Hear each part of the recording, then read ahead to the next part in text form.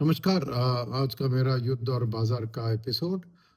तो आज मैंने कुछ चेंजेस किए हैं ऑडियो वीडियो फॉर्मेट में। कुछ में मैंने एयरपोर्ट्स निकाल दिया और कुछ यूट्यूब से मैंने स्टडी करके कुछ चेंजेस किया है। तो ज़रूर बताएं, जैसे आप कंटिन्यू बता रहे हैं कि ऑडियो क्वालिटी ठीक है कि नहीं, ऑडियो और वीडियो ठीक है। तो आगे बढ़ते हैं। तो आज का मार्केट से क्या पता लग रहा है कि कुछ दिन से एक पैटर्न में सेट हो गया है मार्केट। क्या है वो पैटर्न?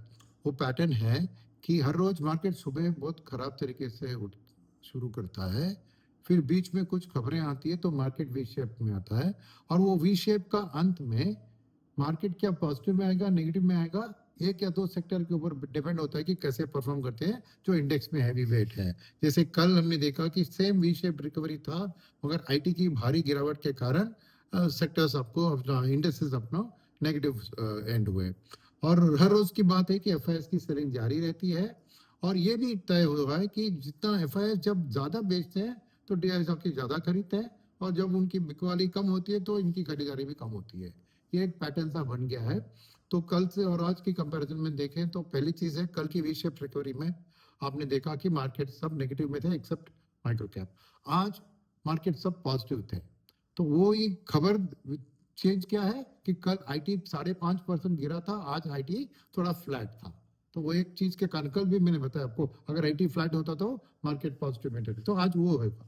सेकंड देखिए, एडवांस डिक्लाइन रेशियो में थोड़ा बदलाव था। क्या बदलाव? कल देखे तो 1700 स्टॉक और 1200 स्टॉक डिक्लाइन और एडवांस थे, यानी डिक्लाइन ज्यादा थे, एडवांस कम थे। आज पलट गया, सेम 400 स्टॉक इधर से उधर घूमे, तो आज 1700 स्टॉक्स ऊपर और 1200 स्टॉक नीचे। तो वो फर्क ज्यादा नहीं है, तो करीबन समझिए कि मोरलेस बैलेंस था, बट कल से ऑपोजिट था। राइट। तीसरी बात, एफआईएस की बिकवाली जारी रही। परसों 8,000 करोड़, कल 5,000 करोड़, आज 4,000 करोड़। और डीआईएस की भी बाइंग भी देखिए, पहले 9,000 करोड़, फिर कल भी ऑलमोस्ट 6,000 करोड़, आज भी उन्हें 4,000 करोड़। इनफैक्ट आज 100-200 करोड़ एफआई की सेलिंग से कम था। तो डीआईएस भी अपना एफआईएस की सेलिंग के मैच कर रहे हैं। तो क्या है कि शायद जब एफआईएस ज्यादा बेच रहे हैं तो उनको सस्ते में मिल रहा है तो ज्यादा खरीदते हैं। तो ये उनका बिहेवियर सामने दिख रहा है। तो आज सभी इंडेक्सेस पॉजिटिव में थी। निफ्टी फ्लैट था, उसको ज्यादा पॉजिटिव नहीं कहने का है, मगर मिड स्मॉल और माइक्रो सब 40 बेसिस पॉइंट से 1% पॉजिटिव थे। और आज की वी शेप का कारण क्या था? तो कारण तो पहले ढूंढे तो वॉर की सिचुएशन ही थी। तो वॉर की सिचुएशन में क्या हो रहा है कि आज 20 दिन में इजराइल और लेबनान ने कहा कि ठीक है, हम सीजफायर करेंगे, अगर आप पहले वॉर नहीं करोगे तो हम नहीं करेंगे करके एक दूसरे। तो तेल का दाम ब्रेंट क्रूड थोड़ा गिरा, करीबन 96 तक गिरा, और अब देख रहा हूं मैं कि 95 तक और भी गिरा है। तो ये थोड़ी शांति है, $1-2 से हम शांति नहीं कह सकते, मगर है। मगर याद रखिए, ये 95-96 डोमेस्टिक इन्वेस्टर्स इसको लपट के ले रहे हैं कि अरे वॉर एंड होने वाला है, जाके खरीदारी कर रहे हैं, बट एफआईएस की रुझान में वो सेलिंग तो जारी है, क्योंकि उनके लिए ये 96-95 कुछ मायने नहीं रखती है। अगर वॉर एंड हो रहा है और तेल 85 के नीचे आती है तो कुछ चेंज आ सकता है।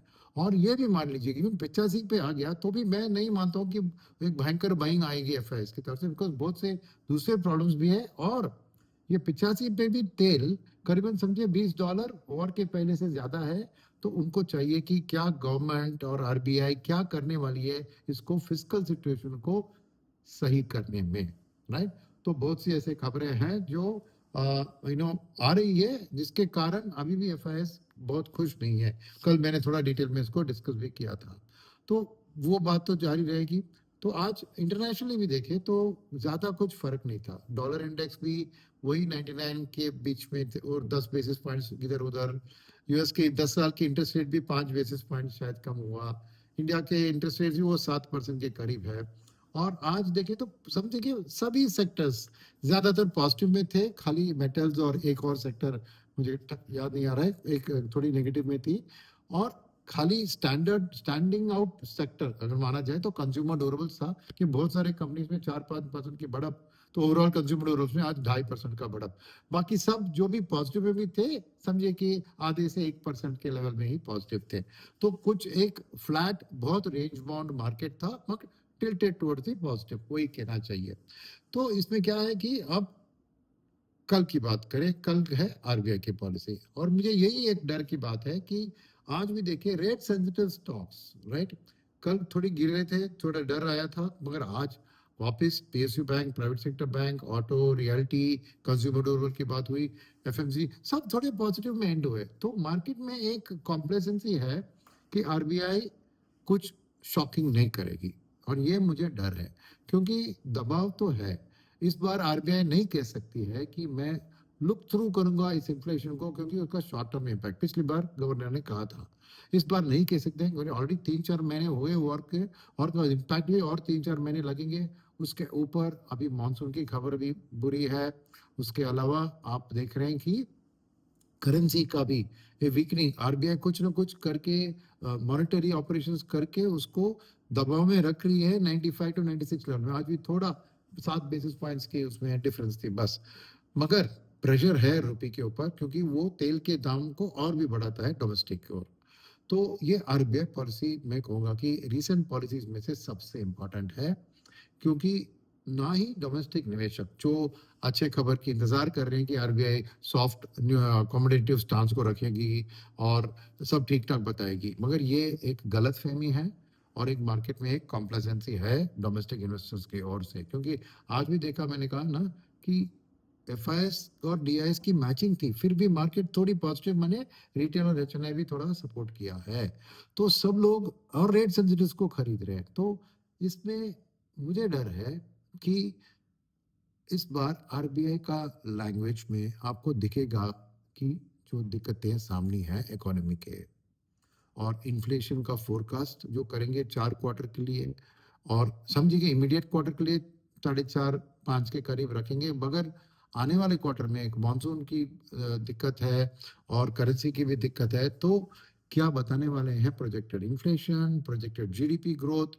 और क्या स्टांस के बारे में बताएंगे, जिससे एक मार्केट को शांति मिल सकती है कि नहीं अबाउट फ्यूचर एक्शन। देखिए always policy market buy on the rumour sell on the fact होता है। तो कल जो एक्चुअल आरबीआई पॉलिसी में डेटा सब आएगा और प्रेस कॉन्फ्रेंस होगा, उसके बाद ही मार्केट का रिएक्शन देखना चाहिए। और मेरे ख्याल में अगर समझिए कि एक नेगेटिव सरप्राइज आता है, आरबीआई रेट हाइक की अगर अभी कर लेती है फ्रंट लोड करके, या कहती है कि ऐसी स्थिति चलेगी तो हमें करना पड़ेगा, ऐसा कुछ उन्होंने कह दिया, तो मार्केट जरूर उसको बुरी तरह लेगी, मगर एक क्लैरिटी मिल जाएगा। और अगर अभी रेट हाइक कर दिया, तो समझिए कि फ्यूचर और भी रेट हाइक उतना लॉजिकल नहीं लगेगा, क्योंकि फ्रंट लोड कर दिया, तो मार्केट भी शांति 1-2 दिन या 1 हफ्ते के बाद सेटल हो सकती है। तो डोमेस्टिक जो भी ब्रोकर्स और इकोनॉमिस्ट मैंने पढ़ा है, वो सब होल्ड की पॉलिसी की बात ही कर रहे हैं, मगर कुछ फॉरेन रेटिंग एजेंसी, कल मैंने एमयूएफजी की बात की थी, अब आज मैंने देखा स्टैंडर्ड चार्टर्ड कह रहा है कि आरबीआई को इस फाइनेंशियल ईयर में 2026-27 में 50 बेसिस पॉइंट का रेट हाइक करना उनके मन में है। तो ये वहां की सोच है। तो क्लियरली एफआईएस और फॉरेनर्स देख रहे हैं कि स्थिति गंभीर है, और कुछ ना कुछ गवर्नमेंट और आरबीआई दोनों को एक्शन लेना चाहिए इन्फ्लेशन को कंट्रोल करके रखने में। तो देखते हैं क्या होता है, एक दिन और की बात है, तो ज्यादा कुछ करने की जरूरत नहीं है आप एक ही दिन में। बट कल मैं आपसे जरूर मुलाकात करूंगा, वीडियो से एक आरबीआई पॉलिसी के बारे में स्पेसिफिक वीडियो भी डालूंगा, और उसके अलावा मैं कल का मार्केट का अपडेट भी डालूंगा। तो तब के लिए कल मिलते हैं, धन्यवाद। और ज़रूर ऑडियो और वीडियो कैसा है बताइए, क्योंकि जो चेंजेस किया मैंने एयरपोर्ट्स को भी निकल दिया है, तो देखते हैं कैसा है ये, राइट, देखते हैं टुमारो। Thank you.